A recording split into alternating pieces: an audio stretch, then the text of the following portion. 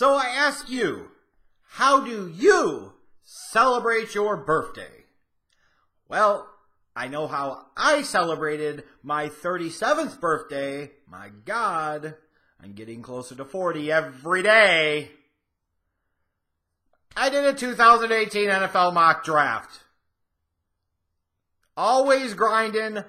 God, I need to get out of the house more. That sucks. But nonetheless, it can be beneficial to you. You want to see who I've got your team taking in my most recent mock draft? Great, happy birthday to you. You need something to gripe, complain, and bitch about? I am more than happy to oblige. Happy birthday to you. Happy birthday to everybody.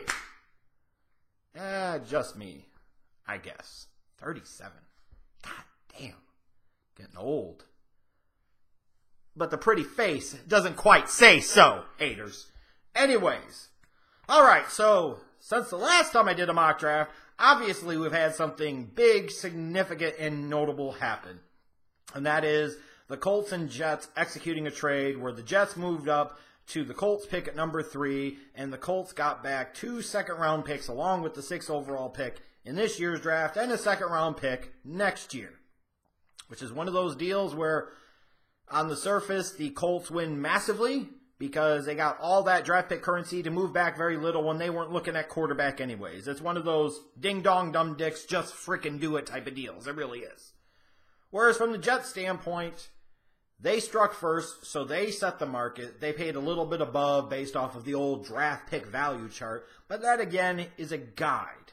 That's not a definitive. And based off of the market conditions, the climate that you're in, the position you're trading up for, how far you have to move, all those things could put into flux just exactly what you have to give up. The Jets did well for themselves to not have to give up a 2019 first-round pick to move up 3 spots, honestly. Especially with the Colts knowing that they were going to sit there and take a quarterback at 3.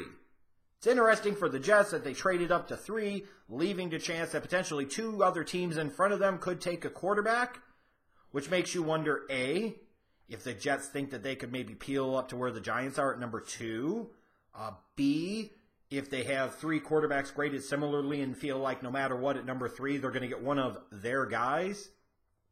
C, they maybe already have some certainty from Cleveland at 1 and whoever's going to end up picking 2, who they're going to take. So as a result, the Jets feel comfortable by trading up there. Or 3, maybe it's just one of these things where they just felt like they had to get up and get into that range because if they stayed put at 6, they might have gotten none of them that they were comfortable with. And that's very possible. But it's an interesting trade nonetheless. So now it opens up the potential for possibilities for the Giants with the 2nd pick and what they're going to do. Do they stand pat and take Saquon Barkley? Do they stand pat and take Quenton Nelson? Do they take a quarterback there? Do they trade back? Now in this particular scenario, I've got them trading back with the Buffalo Bills because to me it is the most logical fit for both parties. The Bills have a ton of draft pick capital this year.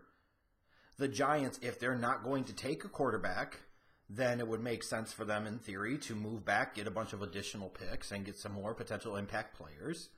And you would have to think with Buffalo already taking Cordy Glenn and helping flip him and pick 21 into pick 12, they wouldn't have just moved up to that point to stop there. There's got to be something big coming. It'll just be a question of how comfortable are the Giants with their evaluations of this class, what they think they can still get at picks 12 and perhaps 22, which is what I had happening here because I had Buffalo sending picks 12, 22, 53, 65, and a 2019 second in part, so that way Buffalo would avoid giving up a first-round pick next year. Now, the Giants would maybe counter back and say, we don't want the 3rd rounder this year, we want the 1st rounder next year, and that might be what it takes to get it done. I feel like it also forces the hands of the Browns now. They can't take Barkley at number 1, because the quarterbacks they might want, or the quarterback they might want most, will probably not be there. So in this case, I've got them taking Darnold at number 1. I've got the Bills trading up for Josh Allen at number 2. The Jets at number 3 taking Josh Rosen. There was a part of me that envisioned maybe the Broncos would still take somebody like a Baker Mayfield at 5, or somebody like Arizona might trade up to their pick, or Miami might trade up to their pick, but I did not do that here. Instead, I had Arizona trading up to where Oakland is from 15 to 10, whereas Oakland peeled back to 15 and got Payne, meaning you felt like you could get him there, and maybe I feel like they would have him evaluated in such a range. Makes more sense. They can get additional draft pick currency, and Arizona could still get a guy. It's going to be really interesting how the top of this draft really plays out, and I feel like there are going to be other trades that happen, and I'm sure a lot of you do too. Now, looking at the way this breaks down, though, with that Jets deal and the potential for somebody, whether it's the Giants or somebody trading up into the Giants pick, taking a quarterback, with the possibility of having it be like the 99 draft where Couch went 1, McNabb went 2, Achilles Smith went 3, you could have quarterbacks go 1, 2, and 3, and then that just drops everybody else down the board. So now the Browns sit there at number 4. They could potentially be huge winners. They could get their quarterback at number 1 and Saquon Barkley at number 4, and they got to feel really damn good about that. The Broncos, if they pass on a quarterback, Denzel Ward's climbing up draft boards. You've gotten rid of Aqib Talib. I think Bradley Roby's in a contract year. Denzel Ward would be an impact player in that secondary on defense.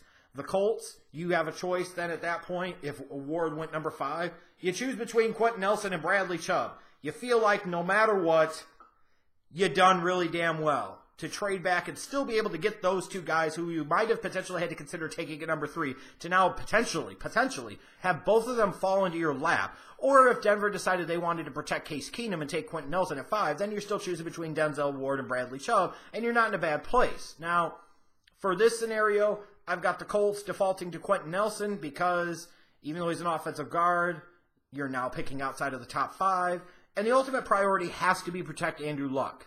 While Bradley Chubb is slightly higher in terms of grading on my big board, for me, Quenton Nelson makes even more sense because ultimately the Colts long-term, Chris Ballard long-term, Frank Reich long-term, they succeed or fail based off of Andrew Luck and the health of his right shoulder. And a way to ensure that you protect him is to improve the blocking in front of him, which allows Tampa Bay to sit there at number 7 and get their guy in Bradley Chubb. What a great draft that would be for the Buccaneers to get him at number 7.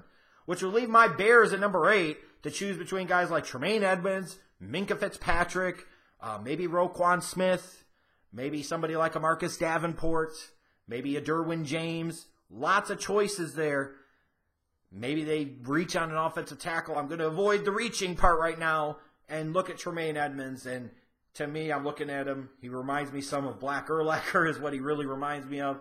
And for the Bears, you've addressed the offense quite a bit in free agency. Quenton Nelson's off the board. I don't think any of the tackles are worth that spot at pick 8. None of the other interior linemen are probably worth that spot at pick 8 either. So you got to go best player available, and he would address still what is a need on the defense, some athleticism in that linebacking core. A guy that can play inside, a guy that can rush the passer outside and inside as well.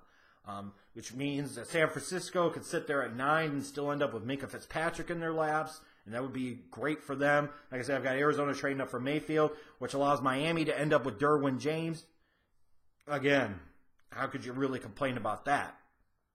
And if you're asking, do I think Derwin James is a little bit better than Minkah Fitzpatrick, the answer is yes. But based off of this scenario, it just played out that the 49ers went with Fitzpatrick and Miami went with Derwin James. In terms of the rest of this mock draft, you can kind of read it and weep for yourself.